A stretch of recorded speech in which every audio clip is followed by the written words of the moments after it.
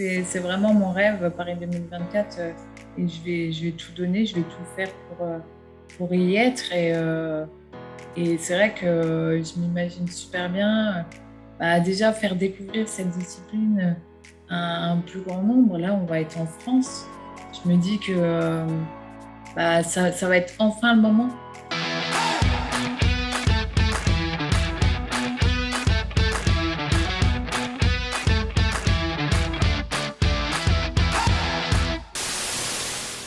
Bonjour, moi c'est Sonia Ekel, donc j'ai 33 ans.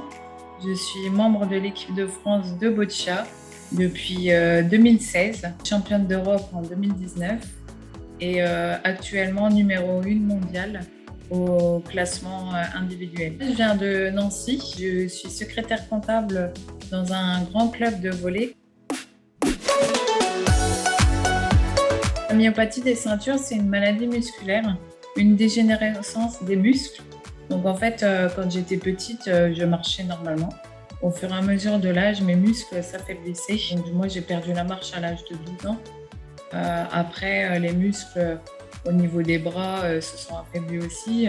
La boccia, c'est une discipline que je pouvais pratiquer à la main jusqu'à 2014. Et après, j'ai dû changer de catégorie parce que j'avais plus assez de force non plus. La catégorie, c'est la catégorie BC3. Donc, c'est une catégorie pour les joueurs comme moi qui n'ont pas cette force dans les bras.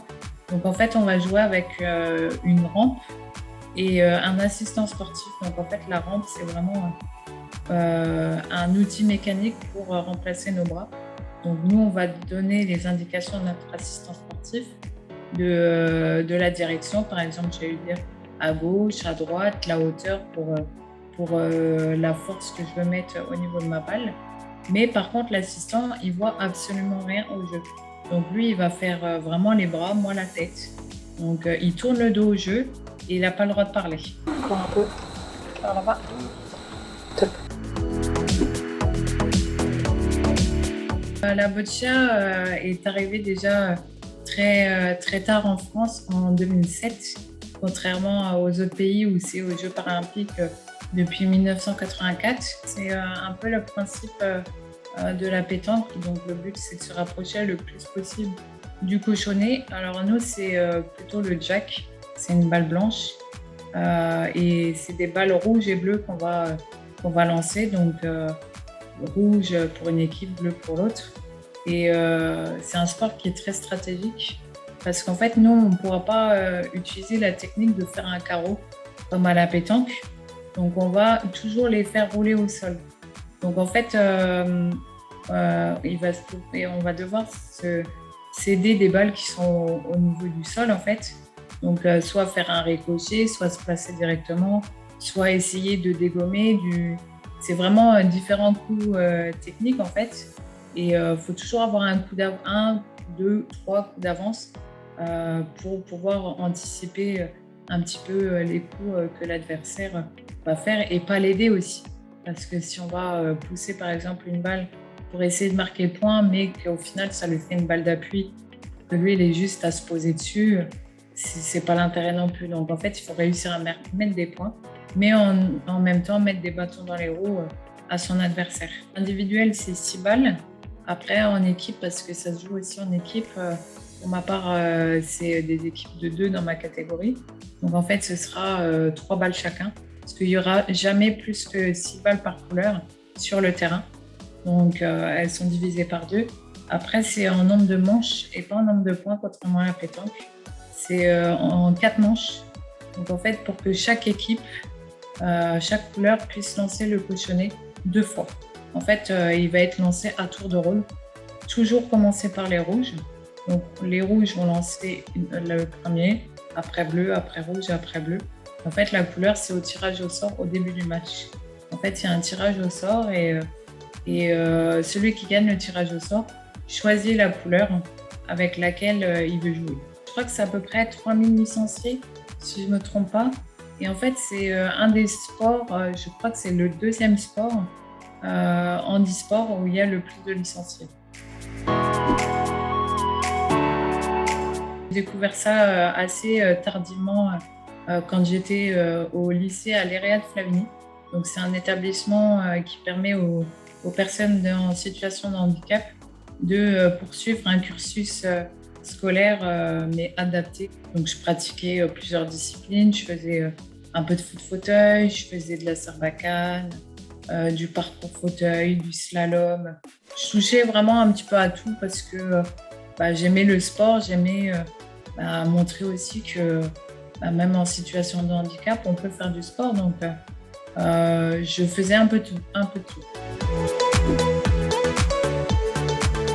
Dans son côté très stratégique, en fait, souvent quand on parle de ces disciplines, les gens pensent et on lance des balles et puis voilà, c'est un jeu. Alors que non, pas du tout. Au final, la plupart des personnes que j'ai attirées justement dans la boccia, que je leur ai fait découvrir aussi la compétition, parce qu'on a eu des compétitions organisées près de chez moi. Je leur ai fait découvrir au niveau des compétitions et en fait, ils étaient étonnés que ce soit aussi stratégique, aussi intéressant.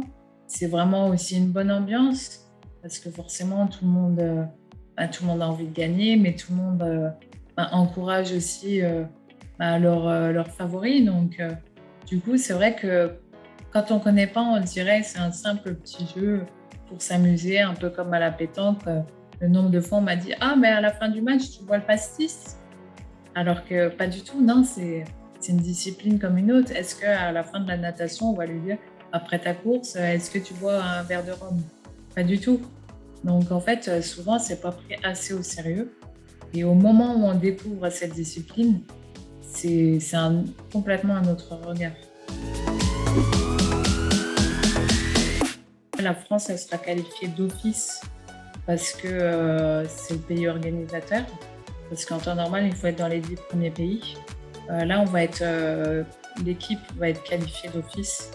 Après, on sait très bien que si, par exemple, on est dans les choux niveau classement, même si on est qualifié d'office, le comité paralympique n'est pas obligé de nous emmener quand même. Donc, du coup, actuellement, là, on est quatrième au classement mondial. Donc, pour le moment, on est bien.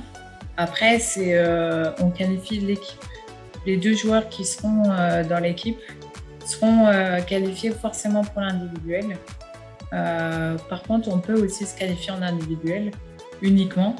Mais du coup, là, c'est beaucoup plus difficile. Mais je crois que c'est si je ne me trompe pas, les 5 meilleurs joueurs mondiaux. Dans l'année, en général, j'ai 3-4 entraînements par semaine, entre 1h30 et 2 heures selon les entraînements, en gymnase. Après, je fais énormément d'analyses vidéo aussi.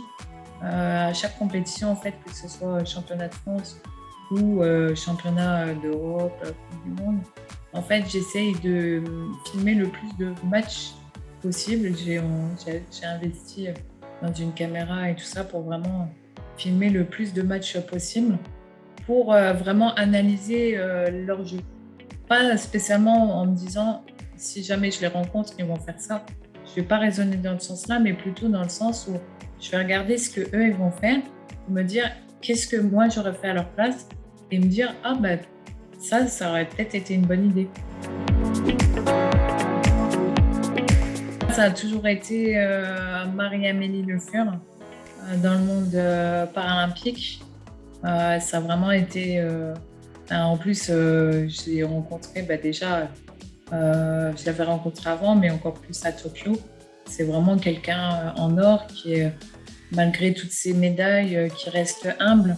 Laure Manodou, que je rêverais, même si elle ne fait plus les compétitions, que je rêverais vraiment de rencontrer parce que c'est une personne qui s'est toujours battue pour obtenir ce qu'elle voulait. Elle a eu des hauts, elle a eu des bas, beaucoup de bas. Et malgré ça, elle a toujours été là, toujours à fond dans la compétition, toujours présente. À ses derniers Jeux, je me souviens que son frère avait gagné une médaille et elle non. Et au lieu d'être dégoûtée pour sa compétition, elle est allée dans les bras de son frère et le féliciter. Et ça, c'est une image mais juste magique. Déjà d'être sélectionnée en équipe de France et surtout de revenir avec une belle médaille. Or, c'est encore mieux, mais une belle médaille en individuel et en équipe aussi, j'espère.